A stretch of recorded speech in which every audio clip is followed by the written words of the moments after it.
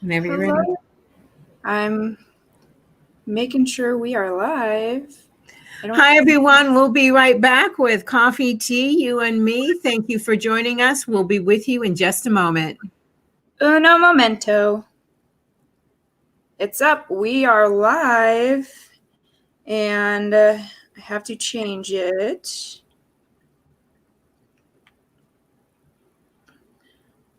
Come on, everybody. Aha.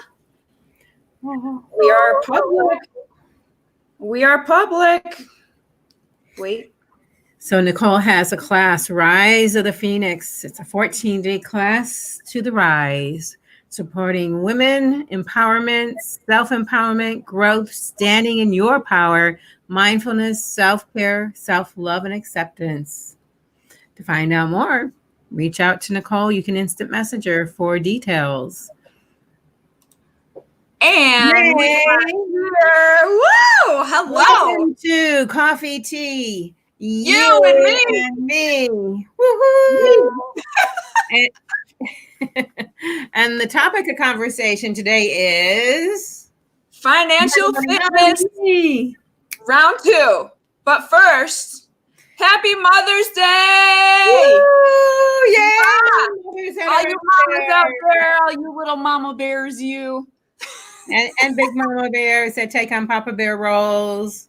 And Papa Bear said take on Mama Bear roles. And grandmamas and godmamas and all the type of mamas. Yes. So thank you for joining us. And if this is your first time, welcome. If you've been here before, thank you for coming back. And so we want feedback. So we want to know if you're here, give us a shout out, say hey, or give us a thumbs up, give us a heart. This conversation regarding finances and wealth and abundance is going to be one where we want to hear from you and what your experiences have been. And if you are a financial advisor listening in today, please come join in the conversation. So we are, Nicole and I, are not experts in the conversation of wealth management and finances. So we're here to have a conversation about things that we're learning because it was something we were not taught. Well, a lot of what we're learning was never taught to us growing up. And I say us because I never taught it to Nicole because I didn't know about it. So today's conversation is we're going to dive deep into, what are we diving deep into, Nicole? I don't know about you, but I just got this book. Hey, ta-da! We're going to be talking about financial fitness, and the information that was pulled today is from the LifeApp super app, which we are both on, as a matter of fact. And not only do you have access to the financial fitness program by Chris, Brady, and Orrin Woodward, but man, oh man, if you could see up here, like I'm earning money back. These trip credits are dollar for dollar. These are all across the nation trips, and there's so much more. But last week and this week and next week, we're focused on the number 47, which is a financial fitness program. Mm-hmm. And we are currently on the Camel in the Tent, which is down here somewhere. It's the number 7. This program is usually $150, and with the app, it's free. One of the things I love about the app, Nicole, is that I do a lot of educating and live feeds, but a lot of different workshops and classes that y'all are all welcome to join in on. And I do a lot of that through the platform of Zoom. And what I love is that we can get the executive version for, what is that, $9.99 through this app. Which if you compare pricing between that app and paying for Zoom and the executive version, a crazy savings amount. And that doesn't include clothes and this and that. So, all right, enough on that commercial. I was back for buying the kids summer clothes. I'm like, thank you. Yeah. So the app's been amazing. Where do you want to start here? Should we start with a few quotes, or do you have? Go ahead. Let's do All quotes. right. And then we'll go to inflation and deflation. Yeah, so I have some quotes and I have some scriptures, and we just include everybody. So the conversation's for everybody, no matter, it doesn't matter what your faith or belief is. So in Luke 14:28-30, and I'm going to read this. For which of you desiring to build a tower does not first sit down and count the cost, whether he or she has enough to complete it? Otherwise, when he or she has laid a foundation and is not able to finish, all who see it begin to mock them, saying, this person began to build and was not able to finish. Now, there could be lots of reasons for that. One could be poor planning, like you really didn't lay a great foundation for that. Two, it could be like right now we're in a crisis and it's like nothing's moving and nothing's going to happen. So, Nicole, what do you have to say about that? So my takeaway from that, and I'm not a very biblical individual, but my takeaway from that is just jumping into something without creating the steps to get there. Like, it's amazing to have an idea and it's fantastic and it's beautiful. But if you don't take the right steps to get there and have the right team together, then it's going to be like the house on the edge of the mountain, or the house on the edge. Oh, the house that was built on the sand. That one. And it's going to come crumbling down because you cannot build success without a plan. And I'm also going to say without a coach. Yes. Someone I have who knows more and than you have a coach. Yeah. I have several people that I get advice from. So, yeah. Yeah. You need a whole team of individuals who are behind you, rooting you on, because there's so many naysayers and so many people from the past, and even for me in transition right now, like people are already saying, oh, you've changed and you're doing this and you're doing that. And it's like, yes, I'm helping myself and my family, and there's absolutely nothing wrong with it. So to replace that with people who are already wealthy and millionaires, to know that, man, people really, really have your back. And as a woman, it's really hard to trust other women, but to have the team of women that I am bonding with, oh my goodness gracious, it is amazing. And I'm like, like a little kid in a candy store. A little bit. Yeah, that's so great. And so how would you relate that scripture to what you've been learning, or what we've been learning and with Chris? Well, Chris Brady goes quite literally back to the 1800s talking about money. So I have 14 pages of notes here, and holy guacamole. We go back. No, folks, we're not going through all 14 pages, but I really want to, though. Like, I can make this an entire month long, guys. You don't understand the importance of this. And so I guess we'll start with inflation. I'll baby it, because when we ran through this, I was on a tangent. That's an understatement. And then I have more quotes. So, there's times I'll just be interrupting you. That's perfectly fine, because I'll need it. So if you don't know what inflation is the expansion of money supply beyond what it should be. So what that means is when money supply goes up, the prices go up. A lot of people think it's actually opposite, but it's not. So there you go. If prices go up, the value of the dollar actually goes down. Why is that? Well, interesting. Right? Why is that? I don't know. What just popped in my head? What plopped in? So, when you blow up a balloon really tight with air, and then it just pops on its own, it's like it got overflated. Yes, and that's what happens. So deflation is when the money supply shrinks relative to demand. So it's the opposite of inflation. But what happens is all the prices go down because nobody has money. Does this look or sound familiar at all with our current situation? Gas prices are like $1.09 or less. Some are at like $1.50. I haven't seen these prices since I got my license and okay, cough that one up. but so the initial money was actually a gold-backed standard. Yeah. And what's been happening over the years, going from the Civil War to the Revolutionary War to every war in between, is that the American government, because they don't have the finances to pay for it, they create money out of thin air. Okay, so what we learned from Chris in one of my 14 pages of an hour podcast was that in it took me 2 hours to get through, by the way, and 3 times. What we learned was that in 1910, there was a secret meeting on Jekyll Island with the top 25% billionaires and banking systems. Okay, now what they did to try and come across with all this federal backing was create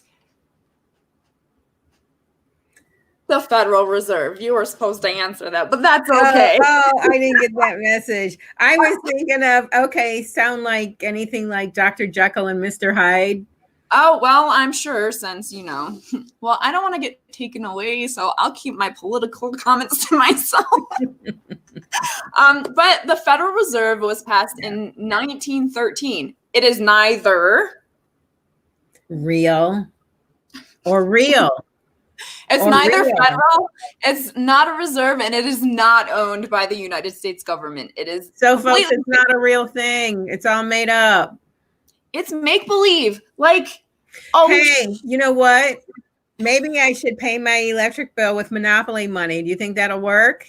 I think that would be great. And if I had my Monopoly game right by me, I would throw Monopoly money at you. So this was passed. The income taxes in the 1800s were deemed unconstitutional. However, they made it constitutional in 1913 to pay the 6% on the taxes on the Federal Reserve, which does not exist and creates fake money to begin with. What? So they want you and us, the everyday American, to pay this extra 6% on money that doesn't exist. Now, like I said the other day, I think it was the other day, in regards to the Federal Reserve, bear with me. Aha, I found my notes. This is what happens when you have 14 pages of notes. I'm trying to memorize as much as I can, what okay? happened to your tabs? My tabs? Oh, see, we need... I'm with Brandon. I need... I lost my tabs, guys, okay? So, okay, hold up. I got this. Maybe I got this. Maybe I don't got this. Have this? I'll figure it out. And it's okay if we don't have them. I got it. There we go. Okay, so in 1913, okay, they were passed again, 6%. Now, this is how the Federal Reserve works. They sell a bond. The U.S. says, we need money. Okay. And guys, bear with me. My super light is going out because I don't know.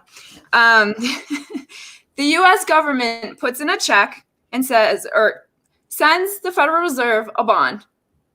The Federal Reserve then says, here you go, and sends them electronic, out of thin air, electronic, because they don't have the cash flow. Okay. And then the U.S. government deposits it into their real bank account, and it's just a vicious cycle, and we're paying on that. One of the things I like, and you're absolutely right on that. One of the things I like about what Chris was saying when I was listening to his show is like how they used to use the gold, and they would break off pieces of gold, and they would leave the rest of the gold with the blacksmith. And then the blacksmith had a great idea about, oh, okay, I've got all this gold sitting here. Well, I can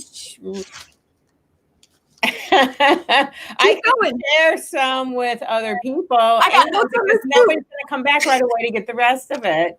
So then it's like he started double dipping and getting, okay, I'll let you take it away.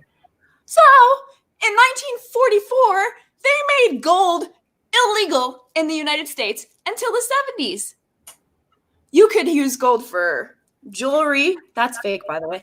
You could use gold for fillings, but the United States people could not use gold anymore.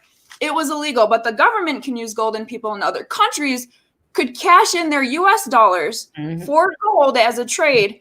But we, the citizens in 1944, could no longer do that. We were bound to now the new paper money.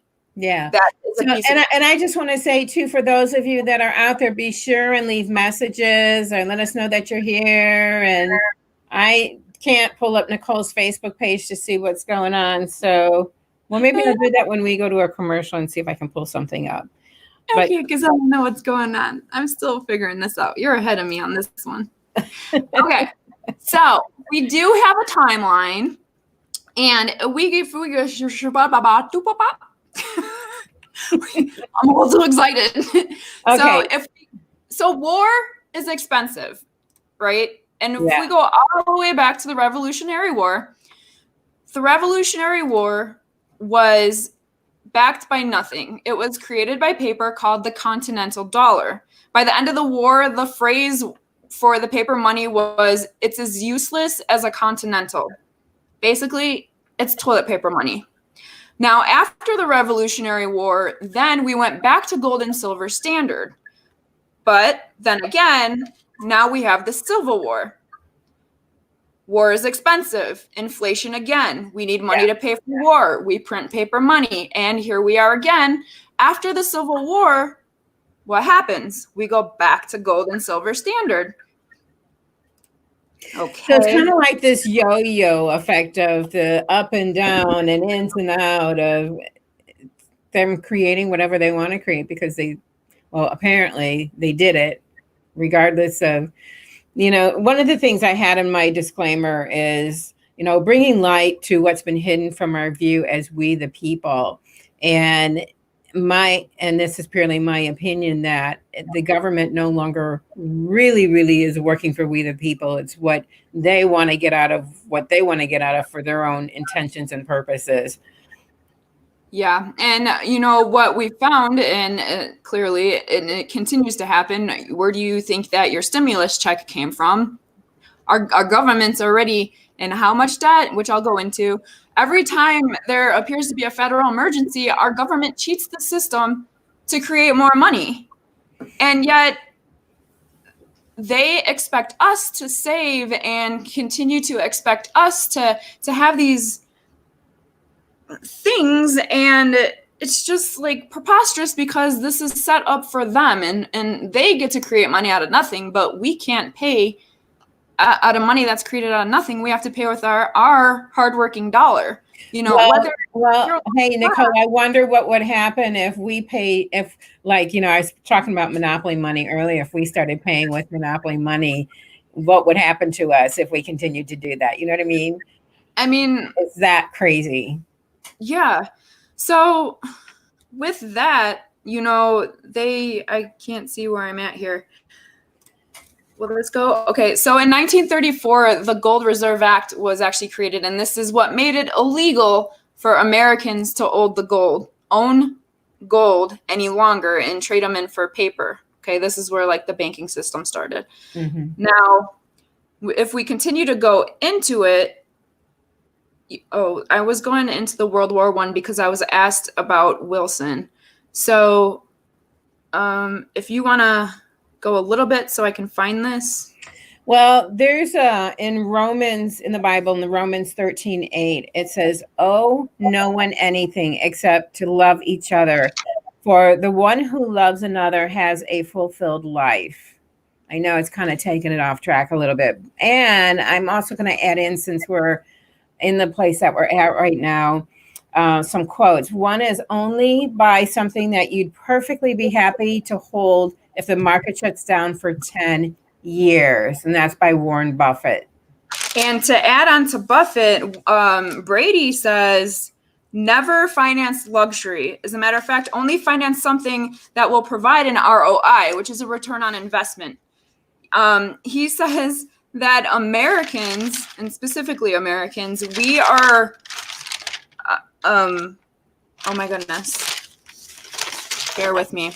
We are a credit-rich society, meaning that everything we purchase is credit card. We It's have fake. the largest credit card debt amongst any other nation or country.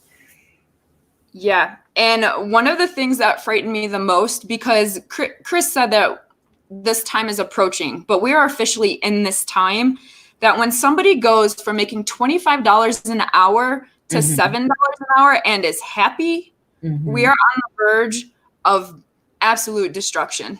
Yeah. Debt will kill you. If you do not pay with money you already have, you will forever be in debt. If you continue to roll it up like a house that, oh gosh, I can go on and on. A house, a car, the keeping up with the Joneses mentality. You guys, it doesn't matter. If you can't afford it, if you can't just pay it with cash, you shouldn't be buying it, period. It doesn't matter. You just. Well, I think the bottom line is really being wise in how you use or how you spend your currency. This is a quote by Billy Idol. It says, "It doesn't matter about money, having it, not having it, or having clothes or not having them. You're still left alone with yourself in the end." And so, when I think about that particular quote, it's like, how am I dealing with myself inside myself? And am I educating myself and learning the things I need to learn? What do you get from that, Nicole? That it's a nice day for a white wedding. Oh, dear.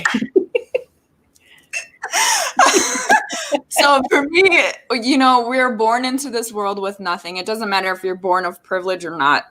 You come in nude, you have nothing but whatever blanket and take-home outfit you go home in, and then you die with nothing.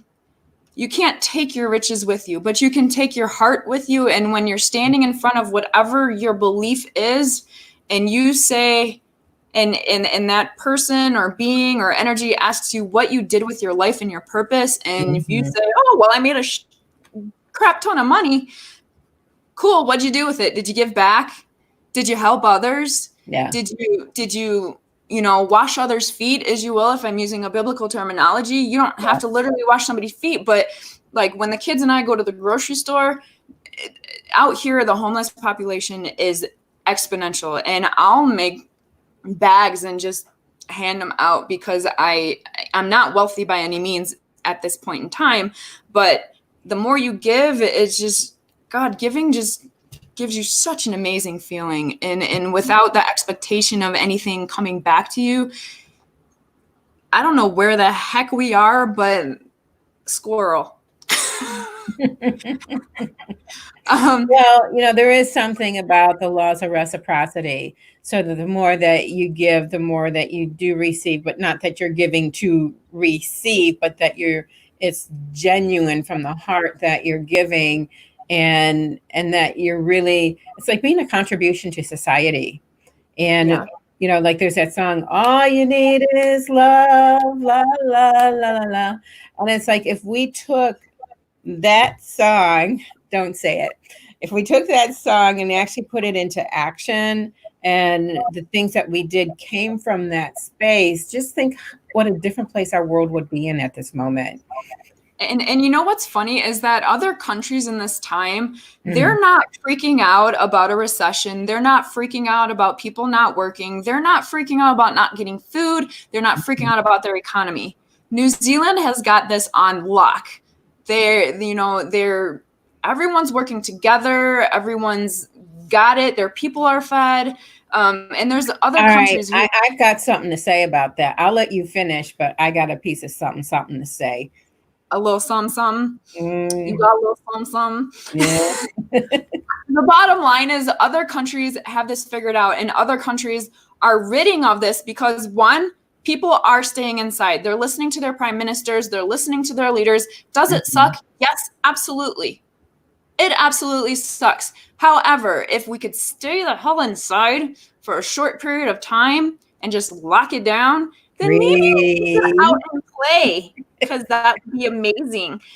And then two, they're taking care of their people. The government is taking care of their people, which is what I am not a political individual, but Chris goes into the difference between a democracy and a republic. And a democracy, he basically says, is the mob. And I don't remember who said it, but somebody says democracy was the scourge of the earth. Okay. Now, as for the republic was to keep the government in check, to follow the Constitution that was set in place for the people by the people. Now, we are currently at 40% of Americans don't pay taxes. They either get it all back or they just don't pay. Now, once that number or they don't file. Now, once that number reaches 51%, we are no longer safe. We are officially in a democracy government, which is what their hope is to be more of a dictatorship. Just based off of what I've seen, and I don't watch the news. I don't follow politics. I hate it. It causes me great anxiety. And then I get sad, and then I don't come out of my hole. And so that's that. Okay. So I'm going to come to a point where I have by Henry Ford. It's not the employer who pays the wages. Employers only handle the money. It's the customer who pays the wages for the people who are working. And with that, we're going to go to a commercial break. All right. Where am I going? Okay. So I did briefly speak about the LifeApp, or Shellie, did I? I don't know. I think we both did. Someone talked about the LifeApp at the beginning, okay? So Shellie and I both have this app. It was introduced to us by Rob and Lois Itch. I apologize, guys. I know you're on here. It is the Super Life app, okay? And with the Super Life app, not only do you get to earn money back and you get dibs, I'm still learning what those are, but you get trip credits. This is also, Paylocity works with them. So this is $1 for $1. So I have $150 to use towards airfare, car rental, hotel. As a matter of fact, my hotel is paid for when I come home for the hotel that I have to cancel now. But yeah, it was paid for. Not only that, but we have Mescaline and all that. Trips, once all this is over, we'll be able to go to Africa and Europe and Italy and all these places, all just by money that you got back. Okay. Yeah. Now, two of mine and your Shellie's favorites are these two right here, which is Rascal Radio and the Financial Fitness program, which is the program that we're talking about now. Rascal Radio is a whole bunch of motivational, inspirational. I mean, it's just amazing. I can't even every topic possible. Yeah. Yeah. We'll go into that next time. But for the financial fitness program, this program is usually $150. If you go research it online, it's $150 and more if you want the additional stuff. For us, the app is a $30 subscription with no contract. It's just like Netflix, Hulu, Disney Plus. It's like them, but you have access to millionaire information and it's mind-blowing. Now, the one that we're currently looking at is Camel in the Tent, further going into the background on the financial wealth and how it led up to this point. Yeah. And part of what I love about, like when I'm listening to these programs and I have this sense of like, that doesn't make sense to me, or I don't agree with that, I can do my own research. It's not like I take what they say for law.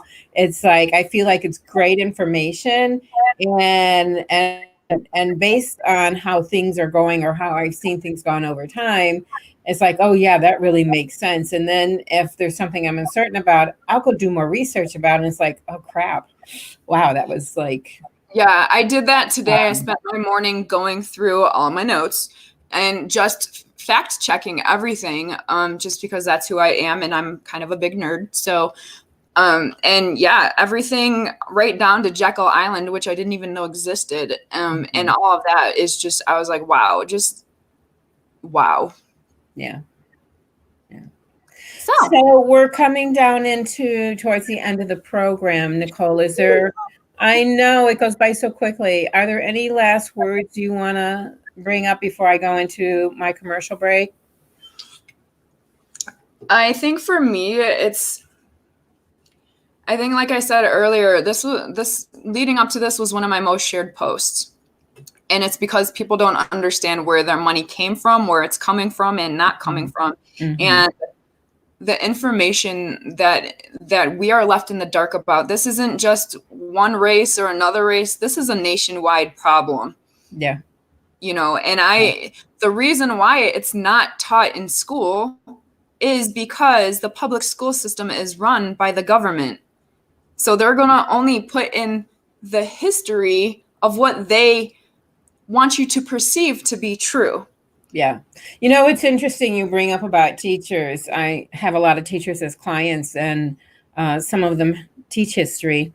And they were saying just from the first time, and they're teachers for a long time. So from the first time they learned and taught, the books have actually changed their information based on that very same thing, is that they're teaching us what they only want us to know. And the way education has been taught has more been a way of teaching not for people to be independent or wealthy. It's been to control them to perform or act or behave in a particular way. And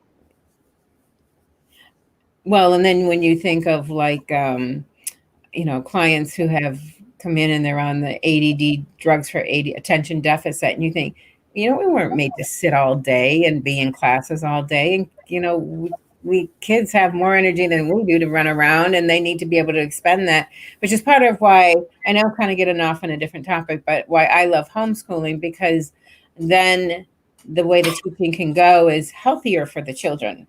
Well, yeah. And since my kids have been home, my youngest, he's IEP and he needs assistance with speech and reading and math.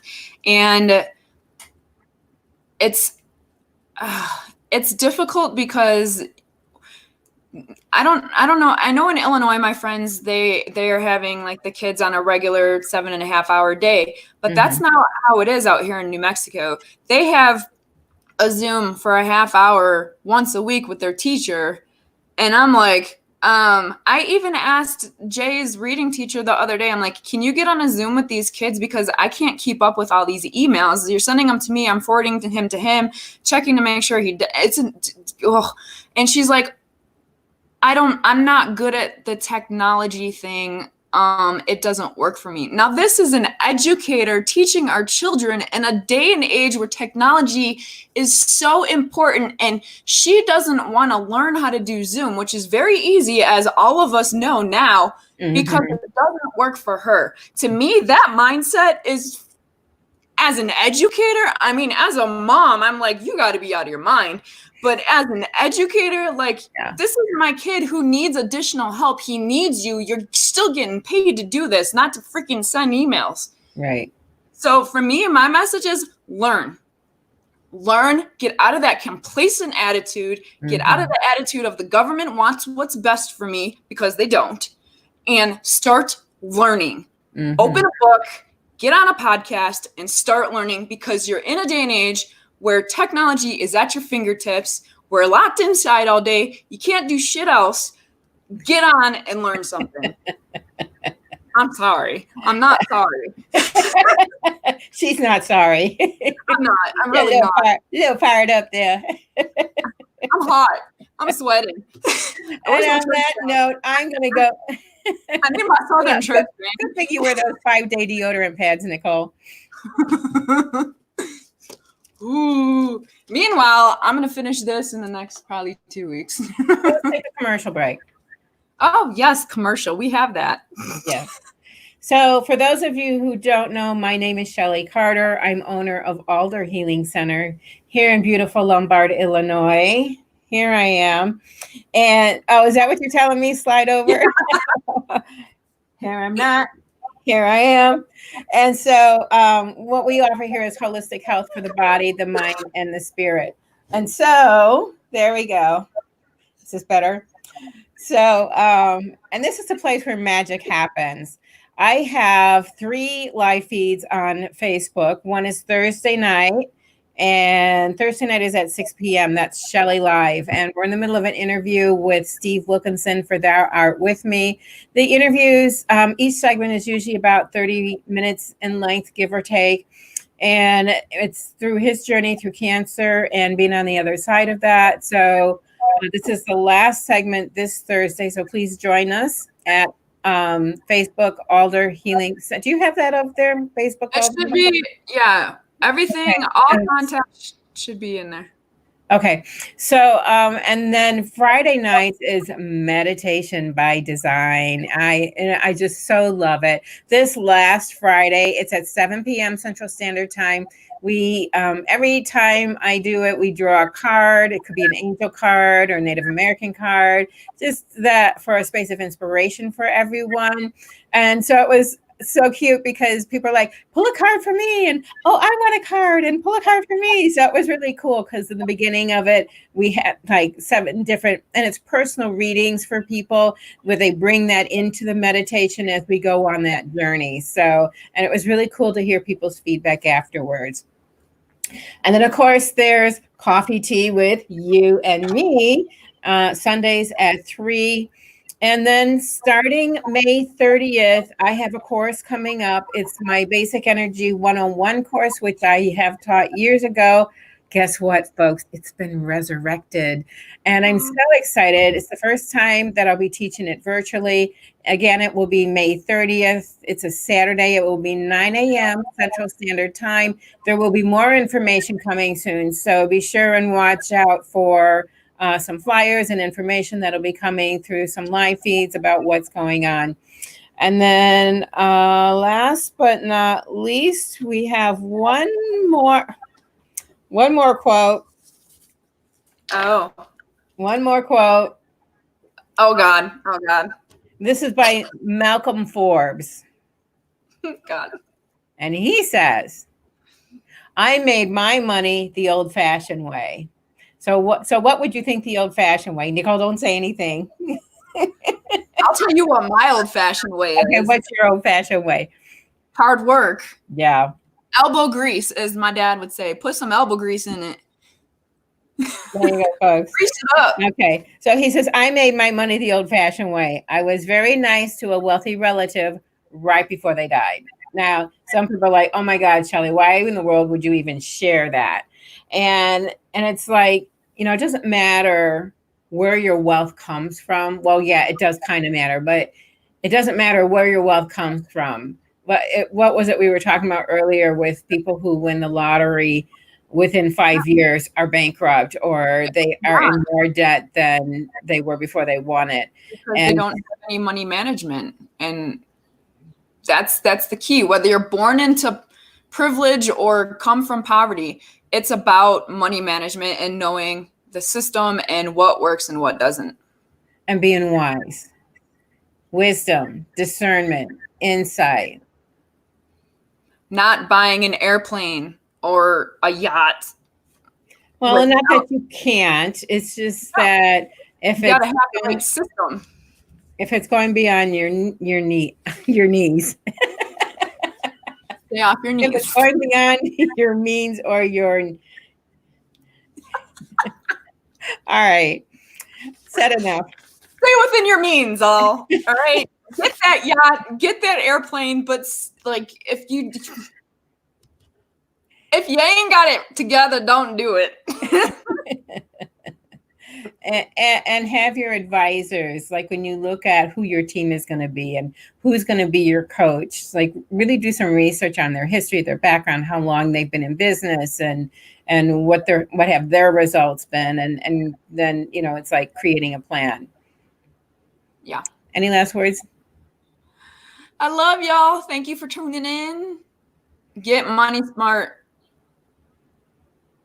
And for comments and feedback, if there's any in the chat, are there any in the chat? Len says our society is totally dumbed down and getting worse. I completely agree with you, Len. And I think my mom does too. Because people are complacent and they don't do their own research. And people even ask me, even my kid, well, Mom, you used to do this to me, so I passed it to the kids. What does this mean? Or da da da. So look it up. You got a dictionary in your hand. Back in the day, I had to get the paper dictionary. Thank you. Just like there used to be a paper newspaper. Well, there's still paper newspaper, but usually a lot of stuff is online now. Anybody else? Any feedback from anybody else at this moment? Not yet. No. So as you're viewing, we will continue to watch for comments and feedback. And if we don't address, we'll address you right away. But then we'll also bring it to the next program. Yes, we will. And I'll make sure my handy dandy light is charged next time because I was playing with it. Woohoo! So thank you for joining Coffee and Tea, you and me, and we will see you next week. 3 o'clock Central Standard Time. Sunday. CST.